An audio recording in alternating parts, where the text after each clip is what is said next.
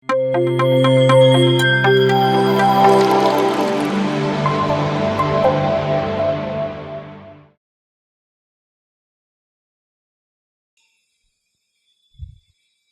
ಧ್ಯಾನ ಬಂಧುಗಳಿಗೆ ನನ್ನ ಅನಂತ ನಮಸ್ಕಾರಗಳು. ಈ ಧ್ಯಾನ ಯಾವ ರೀತಿ ಇದೆ ಅಂದಾಗ, ನಾವು ಈಗ ತಾನೇ ನಮ್ಮ ಆರಕ್ಷಕ ಹಿರಿಯ ಅಧಿಕಾರಿಗಳು ಹೇಳಿದ್ರು, ಅವರ ಒತ್ತಡ ಯಾವ ರೀತಿ ಇರುತ್ತೆ ಅಂದರೆ, ಪ್ರತಿಯೊಬ್ಬರಿಗೂ ಈ ಧ್ಯಾನ ಬೇಕು. ಇವತ್ತಿನ ಈ ಒಂದು ಸಾಮಾಜಿಕ ಇದರಲ್ಲಿ ಒತ್ತಡ ಯಾವ ರೀತಿ ಇದೆ ಅಂದರೆ, ಎಷ್ಟೋ ಜನ ಹಿರಿಯ ಅಧಿಕಾರಿಗಳು ಯಾವುದೇ ಇದೆ ಆ ಒತ್ತಡದಿಂದ ಅವರು ಶರೀರ ಬಿಟ್ಟಿದ್ದಾರೆ. ಅಂಥ ಒಂದು ಇವತ್ತು ಪರಿಸ್ಥಿತಿಗಳು ಎಲ್ಲ ಇಲಾಖೆಗೆ ಆಗ್ತಾ ಇದೆ. ಇದು ಒಂದು ಆರಕ್ಷಕ ಅಲ್ಲ, ಎಷ್ಟೋ ಇವತ್ತು ನಮ್ಮ ವಿದ್ಯುತ್ ಕ್ಷೇತ್ರದಲ್ಲಿ ಸುಮಾರು ಜನ director and chief engineers table ಮೇಲೆ ಶರೀರ ಬಿಟ್ಟಿರೋದು ಯಾಕೆ? ಬಿಕಾಸ್ ಆಫ್ ಒತ್ತಡಗಳು. ಈ ಒತ್ತಡಕ್ಕೆ ಒಂದೇ ಒಂದು ಮೂಲ ಮಂತ್ರ ಧ್ಯಾನ. ಧ್ಯಾನನ ನಾವು ಯಾವ ರೀತಿ ಪಡಿಬೇಕು ಅನ್ನೋದು ನಮಗೆ ಪ್ರತಿಯೊಬ್ಬರಿಗೂ ಗೊತ್ತಿರಬೇಕು. ಇಲ್ಲಿ 100ಕ್ಕೆ 95 ಭಾಗ ನಾವೇನಕ್ಕೆ ಬರ್ತೇವೆ? ನಮ್ಮ ಯಾವುದೋ ಒಂದು ಆರೋಗ್ಯ ಸಮಸ್ಯೆಗಳಿಗೆ ನನಗೆ ಗೊತ್ತಿದ್ದಂಗೆ ಇಲ್ಲಿ ಧ್ಯಾನಕ್ಕೆ ಬರೋರು 100ಕ್ಕೆ 90 ಭಾಗ ನಮ್ಮ ಕೌಟುಂಬಿಕ ಸಮಸ್ಯೆಗಳಿರ್ಬೋದು, ಆರೋಗ್ಯ ಸಮಸ್ಯೆಗಳಿರ್ಬೋದು, ಇದೆಲ್ಲದಕ್ಕೂ ಬರೋದು ಈ ಧ್ಯಾನ. ಈ ಧ್ಯಾನ ಒಂದು ಹಿಡ್ಕೊಂಡ್ರೆ ಸಾಕು, ನಿಮ್ಮೆಲ್ಲ ಸಮಸ್ಯೆಗಳು ಪರಿಹಾರ ಆಗತ್ತೆ. ಏನು ಮಾಡಬೇಕು? ಡಿಸಿಪ್ಲಿನ್, ನಂಬಿಕೆ ಇರಬೇಕು. ಪತ್ರಿಜಿಯವರ ಮೇಲೆ ನಮಗೆ ಅಪಾರವಾದ ನಂಬಿಕೆ ಇದೆಯೋ, ಧ್ಯಾನದ ಮೇಲೆ ನಂಬಿಕೆ ಇದೆ. ಆ ಡಿಸಿಪ್ಲಿನು, ಟೈಮಿಂಗ್ಸು ಮತ್ತು ಫುಡ್ಡು ಇದೆಲ್ಲ. ಯಾಕೆಂದರೆ ನಮ್ಮ ಆರೋಗ್ಯನ ಕಾಪಾಡೋದೇ ದೊಡ್ಡ ಗುಟ್ಟು. ಧ್ಯಾನ ಚೆನ್ನಾಗಿ ಗಡಿಸಬೇಕಾದ್ರೆ ನಮ್ಮ ಆರೋಗ್ಯನ ಚೆನ್ನಾಗಿ ಇಟ್ಕೊಳ್ಬೇಕು. ನಮ್ಮ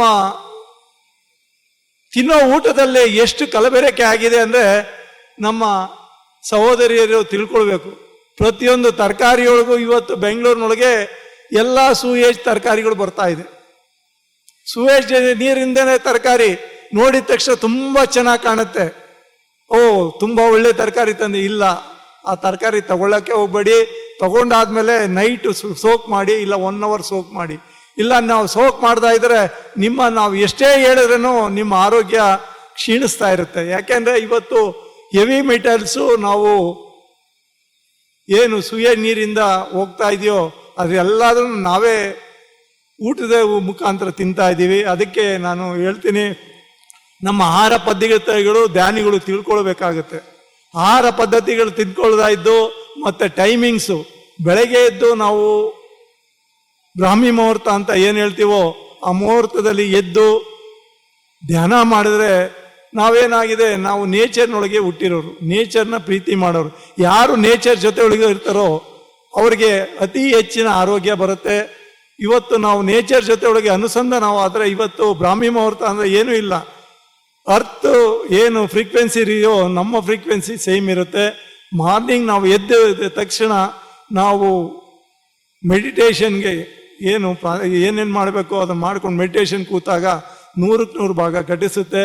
ನಾವು ಧ್ಯಾನದ ಜೊತೆಗೆ ಸಣ್ಣ ಪುಟ್ಟ ಎಕ್ಸಸೈಸ್ ಮಾಡಬೇಕು, ಸಣ್ಣ ಊಟ ವಗೇರೆನೆಲ್ಲ ತಿಳ್ಕೊಳ್ಬೇಕು.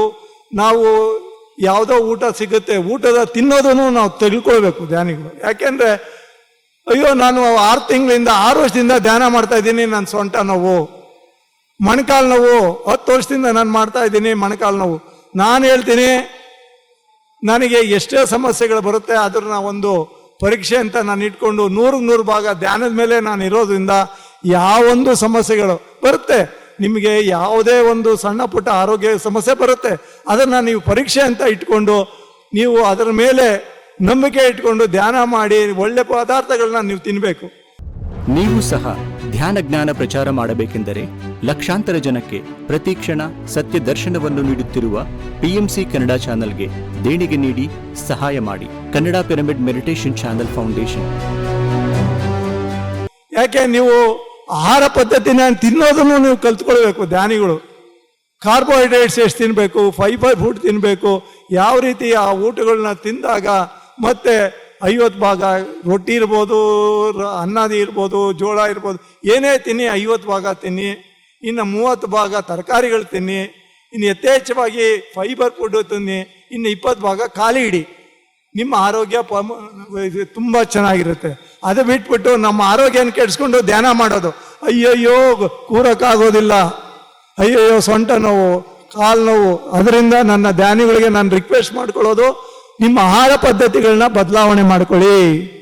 ನಿಮ್ಮ ಆಹಾರ ಪದ್ಧತಿ ಬದಲಾವಣೆ ಮಾಡ್ಕೊಳ್ತಾ ಇದ್ರೆ ಧ್ಯಾನದ ಮೇಲೆ ದಯವಿಟ್ಟು ಯಾರನ್ನು ಬ್ಲೇಮ್ ಮಾಡಬೇಡಿ. ನೀವು ಮಿನಿಮಮ್ ಒಂದು 3 to 5 ಕಿಲೋಮೀಟರ್ ವಾಕ್ ಮಾಡಿ. ಬೆಳಗ್ಗೆ ಆದರೂ ಮಾಡಿ, ಮಧ್ಯಾಹ್ನ ಆದರೂ ಮಾಡಿ, ಸಂಜೆ ಆದರೂ ಮಾಡಿ. ಒಂದು ½ an hour ಎಕ್ಸಸೈಸ್ ಮಾಡಿ. ಇವೆಲ್ಲ ಮಾಡುವಾಗ 100% ಭಾಗ ನಿಮ್ಮ ಶರೀರ 100 ವರ್ಷ ಇರುತ್ತೆ. ನಿಮ್ಮ ಶರೀರ ಎಷ್ಟು ವರ್ಷ ಇರುತ್ತೆ? 100 ವರ್ಷ ಇರುತ್ತೆ. ನೀವು ಈ ಪದ್ಧತಿದ ನಾವು ಧ್ಯಾನಿಗಳು ಮಾಡಿದಾಗ 100% ಭಾಗ ನಾವು ಉದಾಹರಣೆಗಳಾದಾಗ, ಇವತ್ತು ಜಪಾನ್ನೊಳಗೆ ಏಕಿಗೈ ಅಂತ ಇದೆ. ಒಂದು ಹಳ್ಳಿಯೊಳಗೆ 100 ದ್ವೀಪಗಳನ್ನೊಳಗೆ ಅವರೆಲ್ಲರೂ 100ರಿಂದ 120 ವರ್ಷ ಯಾವುದೇ ಒಂದು ಆರೋಗ್ಯ ಸಮಸ್ಯೆಗಳಿಲ್ಲ ಇದ್ದಾರೆ ಅಂದಾಗ ನಾವ್ಯಾಕೆ ಇರಬಾರ್ದು?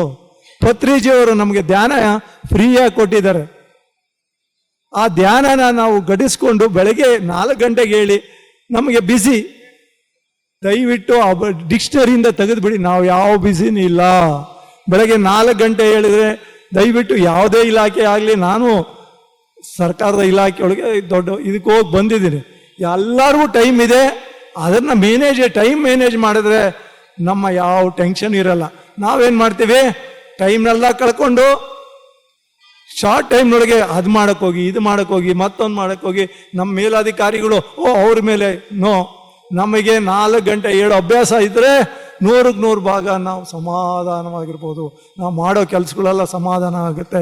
ದಯವಿಟ್ಟು ಧ್ಯಾನಿಗಳಿಗೆ ನಾನು ಕಳೆ ಕೇಳೋದು, ಊಟ ಪದ್ಧತಿ, ಆರೋಗ್ಯ ಪದ್ಧತಿ, ಟೈಮ್ನ ಪಂಕ್ಚುಯಲ್ ಇಟ್ಕೊಂಡ್ರೆ 100% ಭಾಗ. ನಾನು ಸುಮಾರು 82 kg ಇದ್ದೆ. ಈಗ ನೋಡಿದ್ರೆ ನಾನು ಸುಮಾರು 8 kg ಬೇಕು ಅಂತಲೇ ನಾನು ಇಳಿಸ್ಕೊಂಡಿದ್ದೀನಿ. 8 kg ನಾನು ಇಳಿಸ್ಕೊಂಡ್ರೆ ಏನಿಲ್ಲ, ಸ್ವಲ್ಪ ಒಂದೊತ್ತು ಗಂಜಿ ಕುಡೀರಿ ಸಾಕು.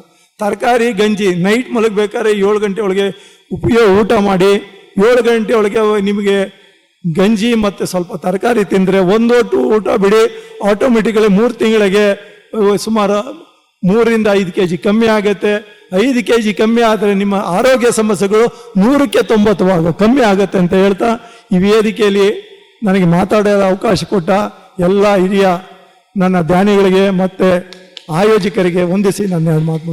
ಜೈ ಪತ್ರಿಜಿಯವರಿಗೆ, ಪೂರ್ವ ಜಗತ್ತಿಗೆ ಥ್ಯಾಂಕ್ ಯು. ನಮಸ್ತೆ. ಈ ರೀತಿ ಅದ್ಭುತವಾದಂತಹ ವಿಚಾರಗಳನ್ನು ತಾವು ಇನ್ನೂ ನೋಡಬೇಕಾ? ನೀವು ಮಾಡಬೇಕಾಗಿರೋದಿಷ್ಟೇ, PMC ಕನ್ನಡ ಚಾನಲನ್ನು ಸಬ್ಸ್ಕ್ರೈಬ್ ಮಾಡಿ.